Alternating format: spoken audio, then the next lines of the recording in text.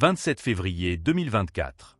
Dans les salons dorés de l'Élysée, un dîner très particulier est en train de se dérouler. Autour de la table, l'élite française est réunie.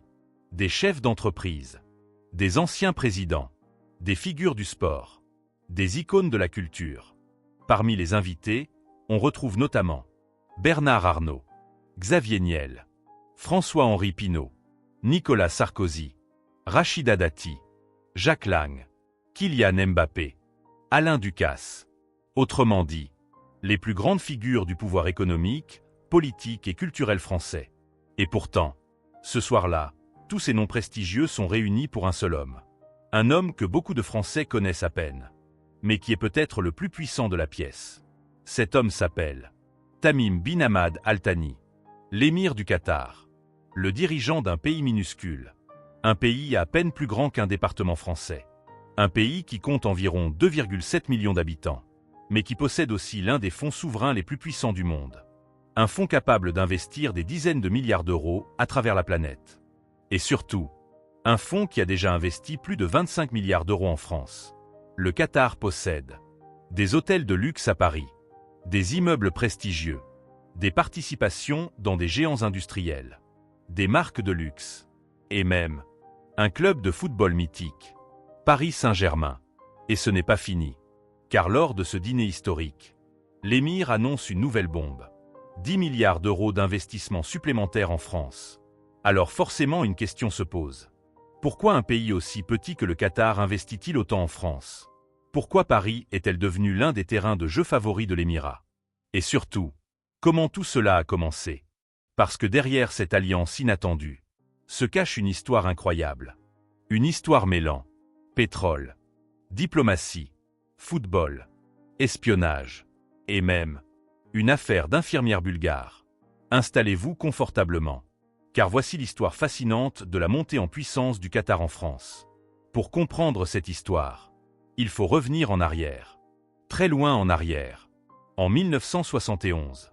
Cette année-là, le Qatar devient officiellement indépendant. À l'époque, le pays n'a rien de la puissance actuelle. Son économie repose principalement sur deux activités, la pêche et la récolte de perles. Son PIB dépasse à peine 400 millions de dollars. Pour vous donner une idée, c'est moins que celui d'une petite ville européenne aujourd'hui. Mais le Qatar possède un secret. Sous son désert se cache une richesse gigantesque. Du pétrole. Et surtout, du gaz. Beaucoup de gaz. À partir des années 1970, le pays commence donc à exploiter ses ressources naturelles. Et pour cela, il va recevoir l'aide de plusieurs partenaires étrangers. Parmi eux, la France, et plus précisément une entreprise française, Total Énergie. À l'époque, elle s'appelle encore Compagnie française des pétroles. Dès 1974, l'entreprise s'implante au Qatar.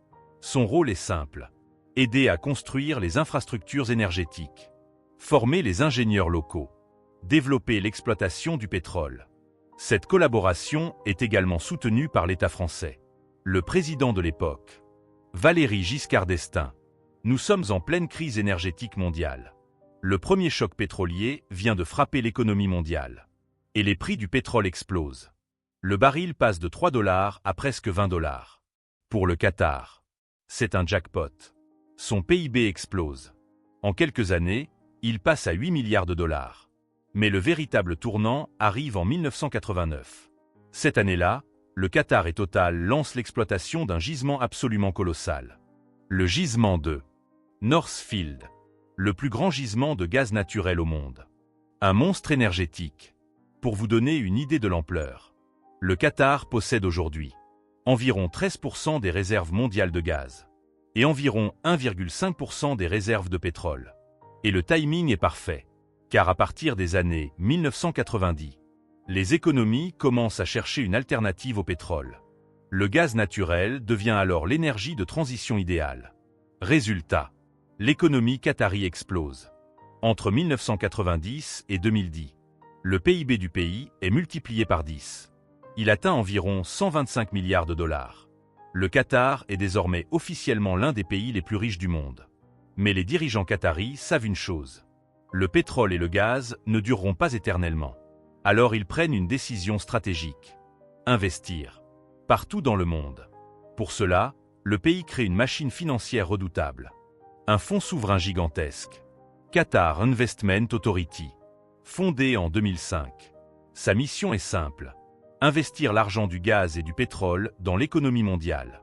Aujourd'hui, ce fonds gère environ 526 milliards de dollars d'actifs. C'est l'un des plus puissants au monde. Mais à l'époque, une destination attire particulièrement l'attention du Qatar. La France. Pourquoi?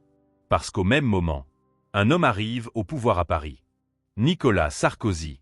Et cet homme va signer l'un des accords fiscaux les plus avantageux jamais accordés à un pays étranger. Un accord qui va transformer la France en véritable paradis fiscal pour les investisseurs qataris. Mais pour comprendre pourquoi cet accord existe, il faut parler d'une histoire incroyable. Une affaire mêlant la Libye, un dictateur et des infirmières bulgares. En 2007, Nicolas Sarkozy vient d'être élu président. Il veut immédiatement marquer l'histoire diplomatique. Et pour cela, il vise un coup spectaculaire. La libération de 5 infirmières bulgares détenues en Libye. Elles sont accusées d'avoir contaminé 462 enfants au VIH. Mais de nombreux observateurs pensent qu'il s'agit en réalité d'une manipulation politique. Le dirigeant libyen de l'époque, Muammar Kadhafi, exige une compensation financière énorme. Près de 462 millions d'euros. L'Union européenne tarde à payer. Et Sarkozy se retrouve dans une situation très embarrassante. Mais le 23 juillet 2007, il passe un appel à l'émir du Qatar. Quelques heures plus tard, l'argent est transféré via des banques suisses. Les infirmières sont libérées. Sarkozy gagne un énorme succès diplomatique. Et le Qatar obtient une récompense historique. Un accord fiscal unique. Les investisseurs qataris sont désormais exonérés d'impôts sur la fortune immobilière, exonérés d'impôts sur les plus-values immobilières, exonérés d'impôts sur les dividendes. Un privilège presque sans équivalent. Et le Qatar ne va pas tarder à en profiter. À partir de 2007, le Qatar commence à acheter massivement en France. Surtout à Paris. Les investissements se comptent rapidement en milliards. Parmi les acquisitions les plus célèbres, l'hôtel Royal Monceau, l'hôtel Péninsule à Paris, des immeubles sur l'avenue Foch, des domaines prestigieux. En quelques années, plus de 7 milliards d'euros sont investis dans l'immobilier français. Mais le coût de communication mondiale arrive en 2011. Cette année-là, le Qatar rachète Paris Saint-Germain pour environ 70 millions d'euros. L'opération est orchestrée par Nasser Al-Khelaifi. Et en quelques années, le club devient une machine mondiale. Des stars arrivent. Zlatan Ibrahimovic, Neymar, Kylian Mbappé. Plus de 3 milliards d'euros sont investis.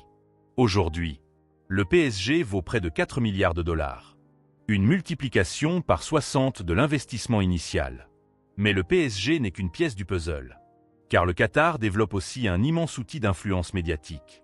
beIN Sport. Le Qatar ne cherche pas seulement à gagner de l'argent. Il cherche surtout à développer ce qu'on appelle le soft power, c'est-à-dire l'influence internationale. Et pour cela, le sport est une arme redoutable. En 2010, le Qatar obtient l'organisation d'un événement historique. 2022 FIFA World Cup. Une Coupe du Monde dans le désert. Un projet à plus de 200 milliards de dollars.